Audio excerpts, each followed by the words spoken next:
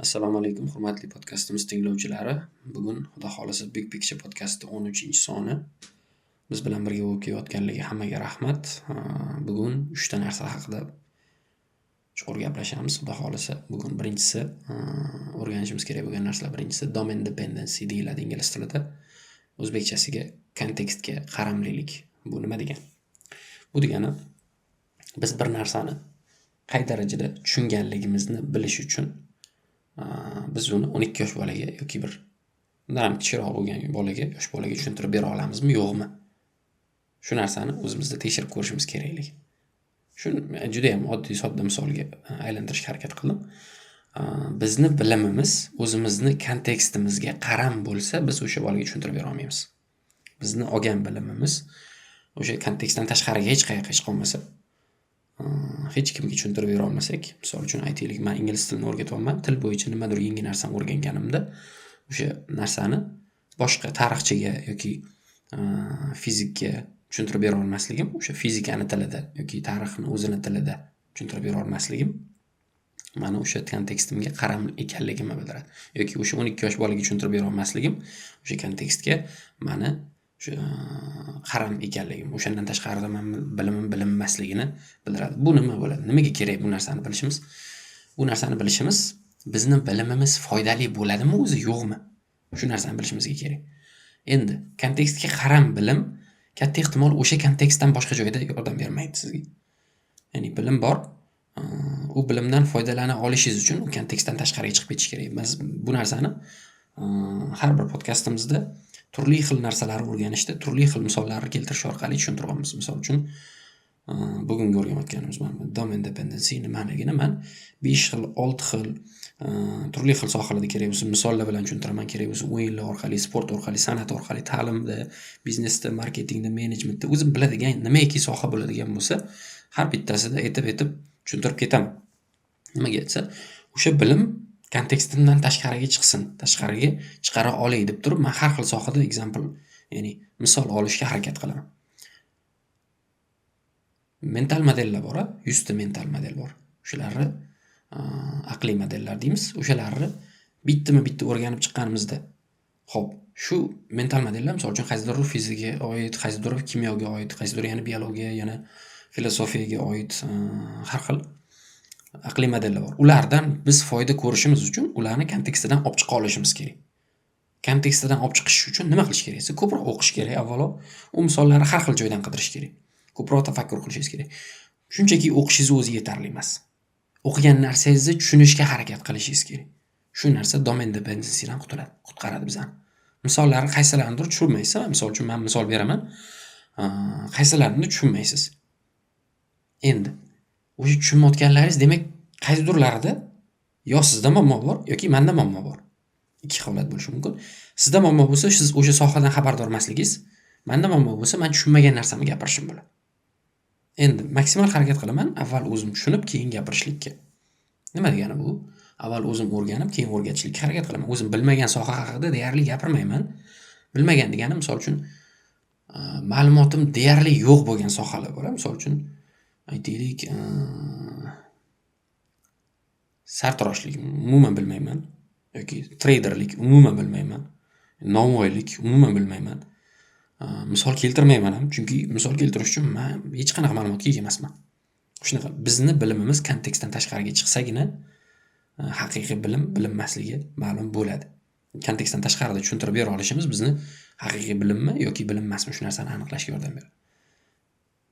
Darsda bolalarni e'tiborini tortish uchun present simple tushuntirishim kerak yoki past simple tushuntirishim kerak. O'tgan zamonni yoki hozirgi zamonni tushuntirishim kerak. O'tgan zamonni tushuntirishim uchun umuman tildan xabar yo'q odamga qanaqa tushuntirsa bo'ladi? Xo'p, kecha nima ovqat yegan, kecha nima ovqat yeganini so'rab kerak bo'lsa tushuntirishimiz mumkin-da. Kecha nima ovqat yedingiz? Xo'p, kecha men bunaqa ovqat yedim. Shu gapingizni ingliz tilida aytishingiz qanaqa bo'ladi? Shunaqa qilib tushuntiramiz misol uchun. Kontekstdan chiqish shu bo'ladi. Kontekstdan chiqmaslik uchun qanaqa tushuntirishim kerak? Ona tilini bilgan odamgagina tushuntira olaman-da men.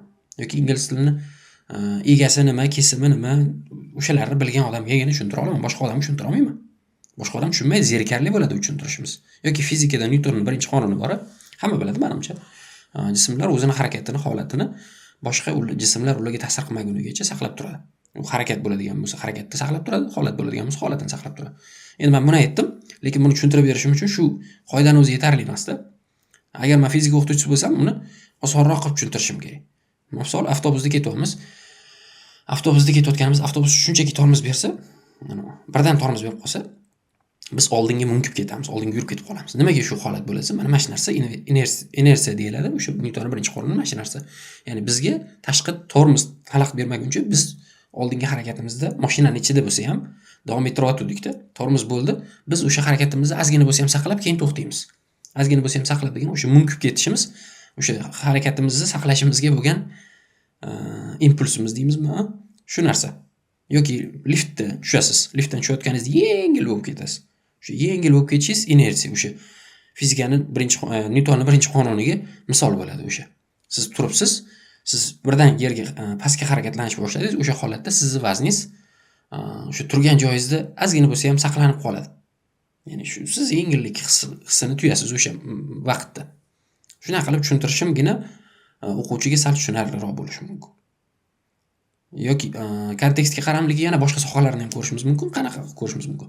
Bir kishi bir sohada zo'r bo'lsa, uni asli o'sha kontekstda zo'rligini biz hamma kontekstga yo'yoramiz. Misol uchun bir kishi marketingda zo'r yoki bir kishi qo'shiq aytishda zo'r qo'shiqchida, hamma tanigan bir zo'r, dunyo tanigan bir zo'r qo'shiqchida shu odam nimadir tavsiya qilsa, biz u odam o'sha narsani ekspertida ham, misol uchun Michael Jackson musiqa san'atini eng zo'rlaridan bo'lsa, misol uchun Michael Jackson tavsiya qilgan tish pastasini biz olishimiz yoki Michael Jackson tavsiya qilgan bir nimadir dorini biz olishimiz, xuddiki o'sha sohani ekspertidek qabul qilganimizdan bo'ladi ko'pincha. U tavsiya qildimi, demak yomon narsani tavsiya qilmaydi. Uni o'sha sohada ekspertga aylantirib qo'yamiz, keyin nima bo'lsa bo'ladi. U ko'pincha ular pul bergani uchun oldin ham aytganmiz bu temani, bu masalani reklama qilaveradi. Ya'ni bir kishi o'zini kontekstida zo'r bo'lsa, uni hamma kontekstga yuborish to'g'ri ish emas. Aslida u kontekstda nimadir bilimi bormi, yo'qmi avval tekshirish kerak, keyin unga ishonish kerak. Yoki bir kiyim olasiz. Bir yillari kiyim oldik. Futbolka oldim. Kiysa ancha yil kiydim. Bir necha yil kiydim. Qayta yuvilgandan keyin ham rangi ham o'chmadi, cho'zilmadi ham, yirtilmadi ham, chirimadi ham, zo'r turibdi. Keyingi yil ham kiydim, undan keyingi yil ham kiydim. Endi u brendni qolgan narsalar ham demak yaxshi bo'lsa kerak-da degan narsa bo'ladi menda. Men boshqa narsalarni ham olib ko'raman. Shu narsa kontekstga qaramlik. Bu ham kontekstga qaramlikka bir misoli. Nimaga aytyapman buni? Demak, futbolkani yaxshi ishlab chiqaryaptimi? Kiyim mahsulotlarini yaxshi ishlab chiqaryaptimi? Demak, oyoq kiyim chiqarsa, oyoq kiyimni ham yaxshi chiqarar ekan. Yoki sport mahsulotlarini ishlab chiqarsa, aytaylik, qanaqadir to'plarni deymizmi yoki qanaqadir shug'ullanish instrumentlarini chiqarsa, demak, uni ham yaxshi chiqarar ekan deb o'ylashimiz mumkin. Ko'pincha shu kontekstga qaramlikka biz boshqa kontekstlarga ham yo'voramiz. To'g'ri, futbolka ishlab chiqarayotgan odam oyoq kiyimda yaxshi bo'lishi mumkin, lekin bu hamma sohada zo'r bo'ladi degani emas-da. Oldin tekshirishimiz kerak uni ham. O'sha xatosi bo'lishi mumkin. Brendlar shuning uchun ham bitta kiyim sotmaydi. Ular ishonchini sotadi. U brend yana keyin qaysidir mahsulotni chiqaradigan bo'lsa, o'sha mahsulotini ham sotilishiga sabab bo'ladigan narsani chiqaradi. Ya'ni shu domain dependency deyiladi. Ya'ni bir kishi mahsulot sotsa, demak shunchaki mahsulotni o'zini sotmaydi. U ishonch sotadi. Xaridorlar ishonchni oladi. Agar u ishonch oqlansa, mahsulot ko'rinishida boshqa mahsulotlarni ham oladi. Yoki men sizga dars o'tyapman, aytaylik, men o'zim ingliz tili o'qituvchisiman. Men ingliz tilidan darslarim yaxshi bo'lmasa, menni podkastimni hech kim ko'rmaydi. Nimaga? Chunki ingliz tilidan o'zi darsim yaxshi emas. Men o'quvchilar ishonchini ola olmadim men. Ya'ni bu yoqda ishonchini olishim haqida gap so'z yo'q. Endi demak, men bitta ish qilayotganimda shunchaki ish qilmayapman. Kerak bo'lsa, keyingi qiladigan ishlarimga ham foyda yo'rgasaman. Keyingi qiladigan bizneslarimga deymizmi, keyingi qiladigan harakatlarimga deymizmi, o'shalarga hammasiga foyda yo'rqaman. Nima ish qilsam ham, demak, zo'r qilishim keyingi ishlarimda menga odamlarning ishonchini oshirib beradi. Bitta ish, oddiy ish, misol uchun. Odatiy ish, misol uchun. Bir narsani, bir topshiriq berildi, aytaylik. Menga mana bu jadvalni tuzib kelgin deb aytdi o'qituvchim yoki mayli o'qituvchim deylik. O'qituvchim menga shu ishni aytdi. Jadvalni tuzib kelgin dedi. O'sha jadvalni men chiroyli qilib ramkalar chizib, bironta joyini bo'yamasdan, hamma joyini aytilgandek qilib vaqtida topshirishim Shu odamni menga, ustozimni menga bo'lgan ishonchini oshiradi. Keyingi safar yana menga ish buyurishi mumkin bo'ladi. Undan keyingi safar misol uchun qaysidir ma'noda yana bir boshqa kattaroq yumushlar buyurishi mumkin. Agar ishxonada bo'ladigan bo'lsa, kattaroq vazifalar berishi mumkin. Kichkina vazifalarni uddaladik, kattaroq vazifalarni bizga ishonib topshirish boshlanadi. Domain dependency. Shunchaki domain dependencyda bilim emasda, bilim o'zi emas. Kerak bo'lsa ishonch ham, kerak bo'lsa bizani qadriyatlarimiz ham aks etishi mumkin. Odamlar ko'chada boshqacha, uyda boshqacha bo'ladi, misol uchun. Ko'chadagi holatimizga qarab turib hamma o'ylashi mumkin, bizni zo'r odam deb o'ylashi mumkin-da. Asli holatimiz asli uyda ko'rinadi. Nimaga unaqa deyapman? Ko'chada hamma madaniyatli bo'ladi. Ko'chada hamma qarorlarimiz nazorat ostida, odamlarning nazorati ostida bo'lgani uchun o'zimizni xijolatli holatlardan olib qochamiz doim. Boshqalarni ham xijolatli vaziyatga tushib qolsa, ularni ham tez chiqarib yuborishga harakatini qilamiz ko'chada. Uyda-chi, uyda boshqachamiz. Uyda bu narsaga majbur emasmiz. Madaniyatli bo'lishga majbur emasmiz. Aqlli qarorlar qilishimiz shart emas, chunki hech kim bizani kuzatmayapti, hech kim bizani tanqid qilmaydi, hech kim bizani ustimizdan kulmaydi. Birovlarning xijolatli holatga bizani xijolatli holatimizga tushishimizdan birov mazza qilmaydi uyda. Demak, biz uyda boshqacha olamiz, ko'chada boshqacha olamiz. Bu ham domain dependency. Nimaga buni beryapman misol qilib? Ko'chadagi holatimizga qarab turib, odamlarning ko'chadagi holatlariga qarab turib baho berishimiz aslida ularga berilishi kerak bo'lgan to'liq baho bo'lmasligi mumkin. Chunki hamma ham ko'chada bir xil, uyda bir xil emas. Hamma ham unaqa emas. Kerak bo'lsa men ham unaqa emasman. Podkastda boshqacharoq bo'lishi mumkin. Gaplashganda boshqacharoq bo'lishi mumkin. Men ham bilmayman ba'zan. Shuning uchun o'quvchilarimizga aytamiz, xatoimni ko'rsanglar aytinglar. Qattiqdir noto'g'ri gapirgan bo'lsam aytinglar. Onamga aytaman, adamga aytaman. Xato gapirgan bo'lsam aytinglar. Aytib turishadi. Noto'g'ri qilgan bo'lsam aytinglar. Nimaga? Chunki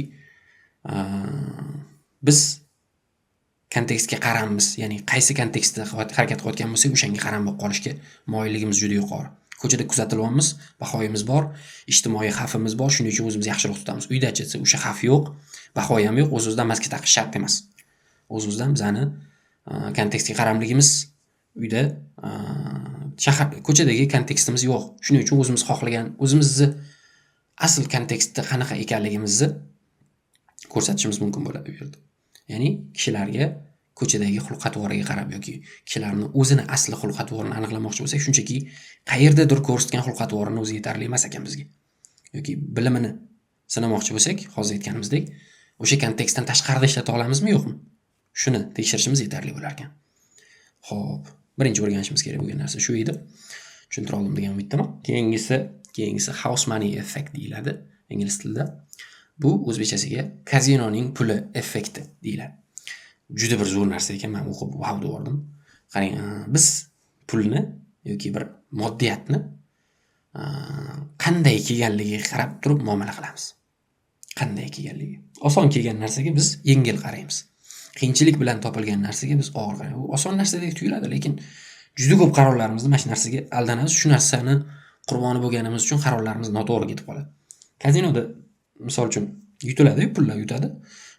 O'sha odamlar yutgan puli ularni risk qilish ehtimolini oshirar ekan. Nimaga aytsa, ular o'ylar ekan, o'zi yutib oldim bu pulni. O'zi yo'q edi menda bu pul. Men yutib oldim. Shuning uchun yutqizsam ham hech nima qilmaydi deb turib yengil qarar ekan bu pulga. Yoki harakat qilganimizda, harakat qilmaganimizda u pulni topish uchun shunchaki yutib oldik-da. Omadimiz kelib qoldi. U bizani qayg'urishimizga arziydigan darajada bo'lmas ekan. U topilgan pul. Bu ham pul deb qaramaymiz-da biz. Biz ko'chadan qiynalib bir yuk tashib, aytaylik 100 ming so'm pul topganimiz bilan qimorda yutib olgan 100 mingimizni qadrida yer bilan osmoncha farq bor. Ko'chada qiynalib topganimizni o'ylab sarflaymiz. Narigi qimordan topilganicha o'zi avvalo qimordan topilgan yaxshi ish emas. Oqlamayman, kazinoni ham oqlamayman. Xo'p, shunchaki yutib olganimiz uchun biz uni o'zimiz ishlab topganimizdek qadrlamaymiz. Yoki onlayn pul tikish saytlari bor. U ham kazinoni bir turi. Kirishingiz bilan sizga pul beradi-da, falon so'm beramiz deydi. Kiring deydi. Chaqirib oladi endi o'ziga-da. Falon so'm beramiz deydi. Kiring, qo'shiling, o'ynang deydi, yuting deydi. Boshida o'sha pulni o'zi bor, u menda yo'q edi deysiz. U pulni yechib olmaysiz, endi o'ynaysiz. O'ynab ko'rmaganman, eshitganman. Xullas, u pulni o'ynashingizga ehtimolini oshiradigan pulda u-da. Sizga kirishingiz bilan berib qo'yadi. Siz o'zingiz xohlab cho'ntagingizdan pul tikmaysiz-da, ular ham biladi. Ular ham bu odamning bunaqa xarakteri borligini biladi. O'sha kazinoni egalari, o'sha betting saytlarining egalari biladi. Ataylabdan kirishingiz bilan pul beradi, falon so'm deydi. Bu pulni yechib olishga haqqingiz yo'q. Siz shunchaki o'ynashingiz kerak. Bundan keyin yechgan pullaringizni, bundan keyin yutib olgan pullaringizni yechishingiz mumkin deydi. Shu narsa bizani risk qilishimizni ehtimolini oshiradi. Shu bilan shular o'zlariga o'rgatib oladi. Ya'ni betting saytlari o'zlariga o'rgatib oladi. Shu pulni o'ynayman-da deysiz, qiziqib ketasiz, risk qilasiz. Ba'zan o'xshaydi, ba'zan o'xshamaydi. O'zi yutib oladimku deb, ya'ni yengil qaraysiz, ya'ni keyin boshqa harakatlarni amalga oshirishingiz mumkin. Agar yutib olsangiz yana davom etadi bu narsa. Yoki lotereyada yutib oladi odamlar, misol uchun. Lotereyada yutib olgan odamlar juda katta foizi, hozir aniq statistikasi esimdan chiqib qoldi. Juda katta foizi 1 yil o'tmasdan kambag'al bo'lib qolar ekan. Nimaga desa, hozir aytganimizda lotereyada yutganda u o'zi qiynalib topmaganda, lotereyadan aytaylik $100,000 yutib oldida, $100,000 nima degan gap? 1 milliarddan oshiq pul.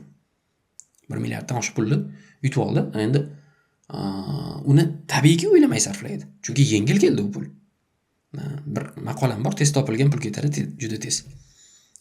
Maqolmi, xullas qo'shig'mi bilmayman. Xullas shunaqa. U haqiqatda bor gap. Yoki applicationlar bor, ilovalar bor. Boshida sizga tekin bir 7 kunlik anaqa beradi. Ingliz tilida trial deydi. Free trial deydi. Ya'ni tekin kunlar beradi. Sizga 7 kun tekin. Keyin agar yoqsa pul to'laysiz, yoqmasa atmay qo'ysangiz ham mayli deydi. O'sha orada siz faqat kartangizni kiritishingiz kerak. Misol uchun Duolingo bor. Yoki Spotify bor, qo'shiq eshitadigan platforma, yoki Duolingoda men bilsanglar til o'rgansa bo'ladi. Ikkalovini ham ishlatib ko'rganman. Ikkalovida ham premium versiyasini ishlatmoqchi bo'lib ko'rganman. Aldab qo'yish ehtimoli juda yuqori. Nimaga aytyapman? Qarang, 7 kun tekin deydi-yu. 7 kun tekinligida siz ko'rasiz, o'shani ishlatib ko'rasiz. Hamma funksiyalarini ochib ko'rasiz. Maza qilib ishlatasiz, reklamalar bo'lmaydi. Endi 7 kundan keyin siz u narsani yoqtirib qolish ehtimolingiz yuqorida. O'zi 7 kun ko'rdingiz-ku. O'zi tekin keldi-yu. Keyin mayli davom ettirsam davom ettira ola qoling deb turib davom ettira olasiz ko'pincha. Nimaga desa, siz asosiy ish qilib bo'ldingiz-da u yerda. Nima ish desa, u siz o'sha 7 kunlik bepul olishingiz uchun karta raqamingizni kiritishingiz kerak. Undan keyin falon dollar, misol uchun $5, $10 degan pulni siz endi osonroq ko'rinish boshlaydi. Nimaga desa, birinchi sizga berilgan tekin narsa, o'zi ishlatdingiz, u tekinligidan qarasangiz yaxshi narsaga o'xshyapti. Undan keyin dalish davom etyapsiz. Yana davom etyapsiz. Xo'p, yomon narsa emas ekan degan narsa sizda uyg'onib oladi-da bitta. O'sha tekin versiyasini olasiz. Aslida pul sarflamaydigan holatingizda sizni o'zlariga tortib olish uchun qanday marketing strategiya ishlatilgan qarang. Shu narsa bilan agar mabodo o'zingiz ham odamlarni keyinchalik yaxshiroq sotuvlarga sabab bo'lishingiz mumkin. O'zingizga qanaqadir prilojen ishlab chiqarsangiz, ilova ishlab chiqarsangiz yoki qanaqadir kurs qilsangiz, mana shuncha kun bepul, agar yo'qsa pul to'laysiz deb turib karta raqamini olib olishingiz mumkin yoki shunaqa nimadir qilsa bo'ladi. Bu ham misol uchun odamlarni sotib olish ehtimolini oshiradigan bir texnikalardan bittasi ekan. Yoki startap qiladiganlar olaylikda, qarang. Startap qiladiganlar, misol uchun biznes qiladiganlar, ularni o'zi qancha foizi o'zini puliga tikadi, o'zini puliga startapini qiladi, qanchasi birovning puliga qiladi desangiz, 78% o'zlarining puliga qilar ekan. Oxirgi statistikalar bo'yicha 78% startap qiladiganlar o'zlarining puliga qilar ekan startapini. 22%chi? 22% kimnidir puliga qilar ekan. Endi o'sha 22% kimnidir puliga biznes qilganlar qanchasi pulini qaytara oladi? O'zini puli emas, birovning pulini oldi, o'zini biznesini boshladi. Shu biznesda bu pulni qaytish foizi qancha desangiz, 25% holatda startap qilganlar investorlar pulini qaytarib bera olar ekan. Bu ham statistika. Buni ham kirib tekshirib ko'rishinglar mumkin. 75% holatda qaytarib bera olmas ekan. Nimaga desa, o'ylamay qilinadi risk. Katta risklar qilinadi. O'zini puliga qaraganday qaramaydi, muhim joyi. Startap qilayotgan odam o'zini puliga qaraganday g'amxo'rlik qilmaydi u pulga. O'ylab ishlatmaydi, o'ylab qaror qilmaydi. Ko'pincha emotsiyada qaror qilib qo'yadi. U pul o'zini puli bo'lmaganligi uchun osonroq u pulni ishlatish oson bo'lib qoladi. O'ylab ishlatmaydi. Yana bir mashhur iqtibos shu yerda juda o'rinli. Qiyin davrlar kuchli odamlarni shakllantirishi yoki oson davrlar kuchsiz odamlarni shakllantirish haqida. Endi oson davr, qiyin davr deyaptik. Hamma narsani ta'minlab, tasavvur qiling, bolangizga hamma narsani ta'minlab berdingiz. Bu narsa sizni bolangizga o'sha ta'minlab bergan narsalaringizni qadrini tushirib yuboradi. O'zi erishmagan. Mashina berdingiz misol uchun. Mashina berganingizdan keyin u mashinani tez haydashi, u mashinani kerak bo'lsa qiynab haydashi, har xil yo'llarda tez yuraverishi, ayamasdan haydash ehtimoli yuqoriroq. Chunki o'zini mashinasi bo'lsa, ular ayab haydaydi. Men o'zim nechta o'rtoqlarimda shunaqa holat bo'lgan. O'zini mashinasini olgandan keyin ayab haydash boshlanadi. Nimaga? Chunki o'zini puliga kelgan, qiynalib topgan. Undan keyin ular qadrini biladi. Yoki bir zo'r yana statistikaga ko'zim tushib qoldi shu narsani tayinlashda. Shaxmat o'ynayotgan odamlarda yutayotgan odam ko'p xato qiladimi, yutqizayotgan odam ko'p xato qiladimi desa, ko'pincha yutayotgan odam ko'p xato qilar ekan. U yutyapti-da. Yutqizadigan narsasi kam. Risk qilish ehtimoli ko'p. Unda yutuq bor. Bilib turibdiki, u oldinda u ko'proq risk qiladi. U o'ylamayroq harakat qiladi, chunki sal bo'shroq. Unda bosim yo'q. Yutishim kerak degan bosim yo'q. U shundoq ham yutib turibdi. Yutayotgan odamda shu bosim yo'q bo'lganligi hisobiga u ko'proq risk qiladi. O'ylamasdan qaror qiladi. U har bitta yurishini yutqizayotgan odamchalik chuqur tahlil qilmaydi. Yutqizayotgan odam nimaga uni chuqur tahlil qiladi desa, yutqizayotgan odam maqsadi yutish, hali oldinga chiqmadi u. Har bitta qarorini o'ylab qiladi. Har bitta yurishini o'ylab yurar ekan. Shuning uchun professional shaxmatda ham shunaqa ekan. Professional shaxmatda ham yutib turib oxirida durangga rozi bo'lib qo'yganlar ko'p bo'lgan ekan. Juda ko'p bo'lar ekan. Bu ham statistika. Chunki o'sha bo'shashish natijasida yo'qotadigan narsasi kamroq odam o'ylamasdan ko'proq qaror qilib qo'yar ekan. Bu narsaga juda ko'p misollar ko'rdim men. Yosh o'qituvchilar ko'proq tirishib xizmat qiladi dars o'tayotgan paytida. Biz o'zimiz yaqinda boshlagan bo'lsak, 2019-yil, 2020-yil boshlagan bo'lsak, o'sha paytda o'qituvchi bo'lganlar orasida bizani endi biz kichkina tumanda yashaymiz. Shu tumanda bir zo'r o'qituvchi bor-da, juda bir nomi chiqqan, endi fan o'qituvchisi, qaysi fanligini ham aytmayman, kimligini ham aytmayman. Juda nomi chiqqan, juda zo'r o'qituvchi. Men o'zim o'sha o'qituvchilardan borib darslar ham olganman kerak bo'lsa, darslarga qatnashganman, boshqa ko'pchilik maqtagan, juda bir taniqli o'qituvchilardan biri. Endi u o'qituvchi ham bor, men bilan teng yana bitta o'qituvchi ham bor. Xuddi shu fandan dars o'tirgan. Ularni solishtirsak, bir necha yilda qaysi biri o'sib ketdi desa, yoshi katta, tajribasi ko'proq o'qituvchidan ko'ra ham yoshi kichkinasi o'sib ketdi. Nimaga desa, u ko'proq harakat qiladi. U puli yo'q, uni obro'si yo'q, uni rezultati yo'q, natijasi yo'q. O'z-o'zidan bu ko'proq harakat qiladi o'sha narsalarga erishishga, pulga, obro'ga, rezultatga, o'quvchilarni ko'paytirishga ko'proq erishadi, harakat qiladi. Ya'ni har bitta darsida yangicha texnikani qo'llashga harakat qiladi. Har bitta darsida o'quvchi ketib qoladi, yaxshi dars o'tmasam deb turib kuchliroq harakat qiladi. Keyinchasi u narsalarga erishgandan keyin pulga, obro'ga, rezultatga erishgandan keyin sal bo'shashadi. Chunki biladi, uni obro'si bor, uni puli bor, uni yo'qotadigan narsasi kamroq, u sekinroq harakat qilsa ham, u sifatsizroq dars o'tsa ham o'quvchi kelaveradi degan narsa bo'ladi, o'z-o'zidan pasayish boshlanadi shu paytda. 3-4 yilda mana hozirgi kunda solishtirsak, o'sha 19-yilda boshlagan bola bilan boyagi 19-yildagi mashhur o'qituvchini solishtirsak, natijasida yer bilan osmon farq bor. Mana o'qituvchi, yosh o'qituvchi bilmayman, balki yuzlab, hozir balki undan ko'proq o'quvchini bir vaqt o'qitadi. Bu o'qituvchi o'sha bozordan chiqib ketdi. Shunaqa holat. Ya'ni biz yo'qotadigan narsamiz kamroq bo'lganda ko'proq risk qilar ekanmiz. O'sha ko'proq riskimiz natijasida, o'ylamay qarorlarimiz qilishimiz natijasida ko'proq yutqizib qo'yar ekanmiz. Bir narsaga erishish uchun bizani ketkizgan mehnatimiz uni qadrliroq qiladi, sodda qilib aytadigan bo'lsak. Shunchaki erishishimiz uni qadrini bilmasligimizga sabab bo'ladi. Endi yana boshqa bir misol aytaman, qarang. Ota-onasi yo'q odam bilan ota-onasi borlar bir-birini tushunmaydi. Ota-onasi yo'q odam o'zida tug'ilganida, misol uchun ota-onasi bo'lmagan, ota-onasini ko'rmagan bolalar bo'ladi-yu, misol uchun. Anaqada katta bo'lgan, nima deydi? Alohida uyda katta bo'lgan bolalar bo'ladi-ku. Ular bilan ota-onasi bilan katta bo'lgan bola bir-birini umuman tushunmaydi. Ota-onasi bilan katta bo'lgan bola ota-onaning qadrini deyarli bilmaydi, chunki u tug'ilganida ota-onasi bor edi. Xo'p, buni qanaqa o'rgatamiz? Bu tarbiya masalasi. Siz ota-onangizga qanaqa muomala qilishingiz bilan siz bolangiz qanaqa muomala qilish kerakligini o'rganadi. Tarbiya masalasi. Ota-onasi yo'q bola, ota-onasiz o'sgan bola ota-onaning qadrini shundoq ham biladi. Ota-onani qanaqa muhim odamlarligini shundoq ham biladi. Chunki u narsaga erishish uchun, u narsasi yo'qligi uchun u ancha-muncha qiynalgan. Endi yana boshqa misol aytaman, qarang. Yutib turgan paytimiz yutib turgan paytimiz, eng ehtiyot bo'lishimiz kerak bo'lgan payt. Yutib turgan degani nima sohada bo'lishidan qat'iy nazar, biz ilmda bo'ladimi, amalda bo'ladimi, biznesda bo'ladimi yoki qanaqadir musobaqada bo'ladimi, eng ehtiyot bo'lishimiz kerak bo'lgan payt bu yutayotgan paytimiz. Hozir aytganimizdan kelib chiqib, qayerdaki biz yutayotgan bo'lsak, o'sha yerda biz ko'p xato qilib qo'yishimiz ehtimoli yuqori. O'sha yerda biz bo'shashib qo'yishimiz ehtimoli yuqori.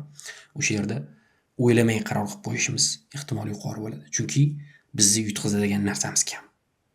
Biz yutib turibmiz. Bu narsani miya qabul qilgandan keyin biz bir marta yutib turayotganimizni, ya'ni hozir yutyapman degan narsa miyada paydo bo'lgandan keyin qarorlar sayozroq qabul qilinadi. Chuqur o'ylanmay qabul qilinadi. Haqiqiy chempion bir marta chempion bo'lgan odam emas. Haqiqiy chempion umri davomida o'sha chempionlikni saqlab qolgan odam. Boy bo'lish muhim emas, boy tura olish muhim. Ya'ni boy bo'lgan, bir marta boy bo'lgan odam boy bo'lish haqida gapirmasa ham bo'laveradi. Chunki bir marta boy bo'ldi. Yana boy bo'la oladimi desa, balki bo'la olar, balki bo'la olmas. Lekin boy tura olgan odamchi? Boy tura olgan odam u haqiqatda biladi, u boy bo'lishni, nimalar boy qilishini haqiqatda biladi. Biz o'zimizni boshqa sohalar o'rganayotgan paytimizda, nimadir yangi narsa o'rganayotgan paytimizda boshlang'ich darajada ekanligimizni bilishimiz, hali hech nimaga erishmaganligimizni bilishimiz bizani o'ylab qaror qilishga chaqiradi. Bizani aqlliroq qaror qilishga yordam beradi.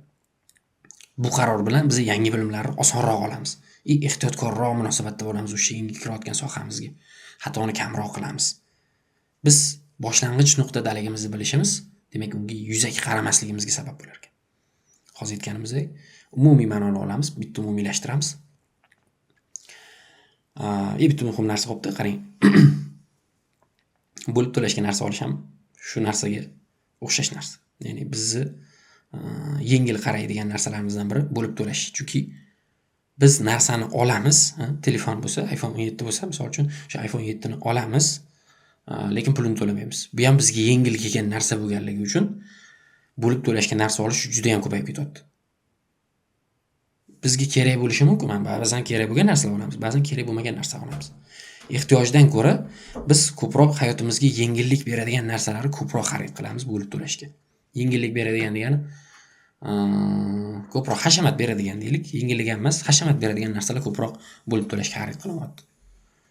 Buning tegi sababi biz o'sha narsaga juda ham yuzaki qaraymiz, yengil qaraymiz, chunki mehnatimiz singmaydi. Hozir singmaydi hech bo'lmasa, bir necha oylardan keyin oyma-oy bo'lib mehnatimiz ketadi. Unga o'sha boshida ketmagan mehnatimiz bizani olish ehtimolimizni oshirib yuboradi. Demak, bir narsani qadrliroq bo'lishini xohlasak, o'zimiz erishganimiz yaxshi. Bir narsani demak, oson kelganligi uni oson ketish kerakligiga dalolat bo'lmasligi kerak bizda. Bu ham bizani olishimiz mumkin bo'lgan xulosa. Hozir aytganimiz, bir narsa oson keldimi, biz bu narsaga o'ylamay yuzaki yondashishimiz kerak emas. Qaysidir yutuq, qaysidir mablag' deymizmi, moddiyat deymizmi, qizig'i yo'q. Bizga nimadir oson keldimi, bu narsa buni orqasidan keyingi paydo bo'ladigan qarorlarni oson qaror bo'lishi kerak emas. Ularni ham o'sha xuddi o'zimiz erishganimizdek, xuddi o'sha mablag'ga, o'sha moddiyatga o'zimiz qiynalib erishganimizda qanaqa qaror qilsak, xuddi shunaqa qaror qilishimizni xulosa qilib olishimiz kerak. Bu ikkinchi o'rgangan narsamizdan. Xo'p, menimcha tushuntira oldim deb o'ylayman. Agar tushunmagan bo'lsangiz yozib qoldiringlar. Xo'p, uchinchi narsaga o'taman, qarang. Identifikatsiya qilinadigan qurbon effekti. Bu tarjimasi juda ham o'xshamadi. Ingliz tilida identifiable victim effect. Ya'ni bu bizga statistika ma'lumotlaridan ko'ra hikoyalarni ta'siri ko'proqligi haqida. Qachonki bizda aytaylik, men sizga variant misol beraman. Minglab och odamlar borda, misol uchun Afrikada och aholi soni to'q aholidan ko'ra ko'proq.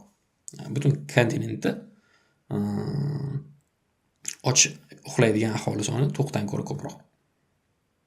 Endi bu statistikani aytaylik-da, misol uchun balki xatodir.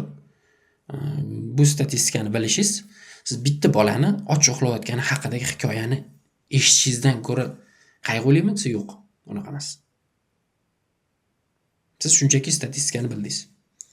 Bu yoqdachi desa, bir bolani och uxlayotgani haqidagi hikoya sizga emotsiya beradi. Sizni kerak bo'lsa yig'latadi, kerak bo'lsa achinish hissini uyg'otadi sizda, empatiya uyg'otadi. Bu narsalar sizni ko'proq harakatga keltirib qo'yadi. Yoki xayriya tashkilotlari bo'ladi. UNICEF bor, bolalarni himoya qilish tashkiloti misol uchun. Har xil bolalarini oqqon videolarini qo'yib, oqqon bo'lib qolgan bolalarning videolarini qo'yib, misol uchun shularga yordam beraylik deb xayriya ishlarini amalga oshiradi. Shular shuncha bolalarning videosini qo'yishidan ko'ra bitta bolani rasmini qo'yishni o'zi yetarli bo'lishi mumkin, ko'proq pul topish uchun shularga. Ko'proq mablag' yig'ish uchun bitta bolani rasmini qo'yib, o'sha bolani hikoyasini aytib berish yetarli bo'lishi mumkin. Kishilarga ko'proq ta'sir qilmoqchi bo'lsangiz, ularga hikoya bering, statistika emas. Men yana bitta misol aytaman. Bizneslar 90% birinchi yilning o'zida yopilib ketadi. 90% dan ortig'i birinchi yilning o'zida yopilib ketadi. Endi bu narsani bildik. 10 ta biznes ochilsa 9 tasi yopilib ketar ekan bir yilda deyaptik. Bu narsani bilishimiz bizani biznes ochish ehtimolimiz pasaytiradimi desa, ko'pincha pasaytirmaydi.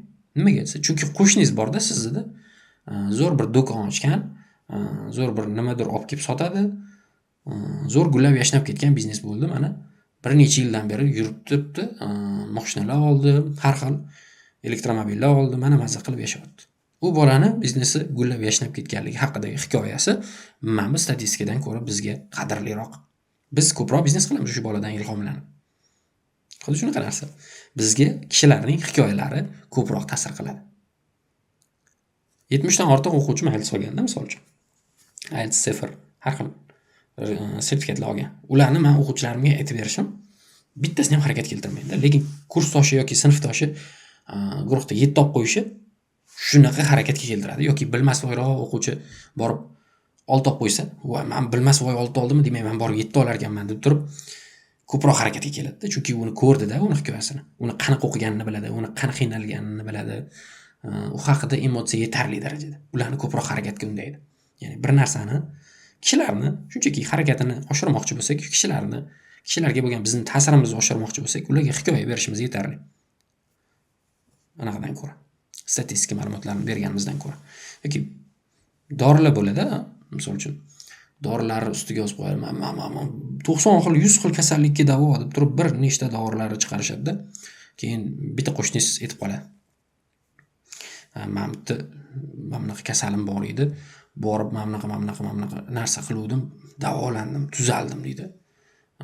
O'sha qo'shningiz aytib beradi, men doridan tuzalganini, o'sha dorini siz bir nechta odamga tavsiya qilasiz. Hamma narsaga davo ekan deb aytadi-da, u da. Qora sedana haqida shunaqa narsalar chiqadi-yu, misol uchun qora sedana bilmayman, davo emasmi? Balki davodir. Siz o'sha narsani qo'shningizdan eshitgan hikoyangiz ko'proq ta'sirli qiladi, sizni ta'sirlantiradi.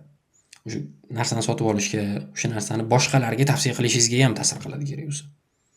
Hikoyalar ko'proq emotsiya beradi. Hikoyalar ko'proq qadrliroq bizga nisbatan. Bizga statistika ma'lumotlaridan ko'ra, har xil ma'lumotlardan ko'ra. Biz yaxshilab surishtirib ko'rishimiz kerak. Balki propaganda qilayotgandir odamlar. Propaganda nimaligini bilasizlar?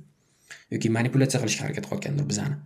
Kimdir bizga hikoya aytib beryaptimi, demak, qaraylik, balki tekshirib ko'raylik. U balki propagandadir, balki manipulyatsiya qilmoqchidir, bizani ko'proq undamoqchidir nimagadir. Yoki siz shunaqa qilayotgandirsiz.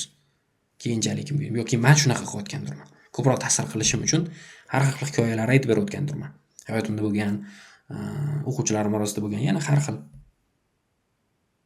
nimaligini ajratib olishimizga yordam beradi. Ko'proq ta'sir qilishimizga, kimdir bizani manipulyatsiya qilishidan ko'ra biz ko'proq boshqalarga ta'sir kuchimizni oshirganimizda ko'proq foydali bo'ladi bu narsa. Instagram baxtsizligimizni oshirish haqida, Instagram ajrimlarga, har xil narsalarga ko'proq sabab bo'layotganligi haqida bir post o'qidim yaqinda. Bir akamiz yozgan ekan. To'g'ri yozilgan. Men nimagaligini yana bitta gap bilan izohlab ketdik shu joyda. Instagram baxtsizlik darajamizni juda oshirib yuboryapti-da. Qanaqa qilib desa, Instagramda statistika chiqmaydi-da. Instagramda har xil odamlarning hikoyalari chiqadi. Story deydi, uni tarjima qilsangiz hikoya bo'ladi. Har xil odamlar, misol uchun, o'zini baxtliligini qo'yadi, o'zini qayerdadir rasmga tushganini qo'yadi, qayerdadir dam olayotganini qo'yadi, bassenda cho'milayotganini qo'yadi, unaqa deydi, bunaqa deydi. Har xil iqtiboslar qo'yib, videolar oladi-da, o'zini hayotidan lavhalarini qo'yadi. Bular hikoyalar. Ular haqida bilishimiz yetarli. Shu boylar kammi desa, boylar to'lib yotibdi. minglab, millionlab boylar bor, misol uchun. Lekin bu boylar bizga qiziq emas. Qo'shnimiz boyligi oshib ketib qolish natijasida uni hikoyasi bizga ta'sirliroq bo'ladi. O'zimiz u bilan bir xil, lekin muvaffaqiyatsiz deb his qilamiz. O'zimizni baxtsiz deb his qilamiz, chunki u bizdan boyroq. Odamda hasad degan narsa bor. Endi bu narsa bizning hasadimizni oshirishga xizmat qiladi. U hikoyalar bizga shunchaki o'zimizni baxtsizlik darajamizni ko'tarishga hikoya bo'lganligi uchun ko'proq ta'sir qiladi. Qanaqa qilib ta'sirdan qutulib olsa bo'ladi? Chop tashlash bilan qutulsa bo'ladi, bilmadim yana. Men o'zim ishlatmayman Instagram, xudoga shukr. Lekin baribir har xil Instagramdan chiqadigan videolarni ko'rib turaman. Chunki o'rtoqlarimiz bor, sinfdoshlarimiz bor, tashab turadigan tanishlarimiz bor. Ularni natijasini ko'rib turamiz. Xo'p, bugun o'rganishimiz kerak bo'lgan narsalar shu edi. Imkon qadar sekinroq gapirishga harakat qildim. Sekinroq deganda tezlikni nazarda tutyapman. Ba'zilar endi hozir tezkor davrda yashayapmiz. Podkastlar 2x eshitib bo'lmas ekan. Shunga o'xshash kommentlar ham bo'lyapti. Chunki sal tezroq gapiraman, odatdan tez gapiraman. Shuni imkon qadar sekinlashtirishga harakat qildim. Yana nimadir kamchilik bilsanglar, iltimos yozib qoldiringlar.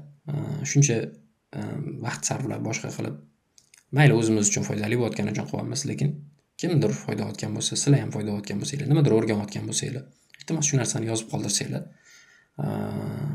YouTube algoritmi o'z-o'zidan bizning videomizni ko'proq odamga tavsiya qiladi.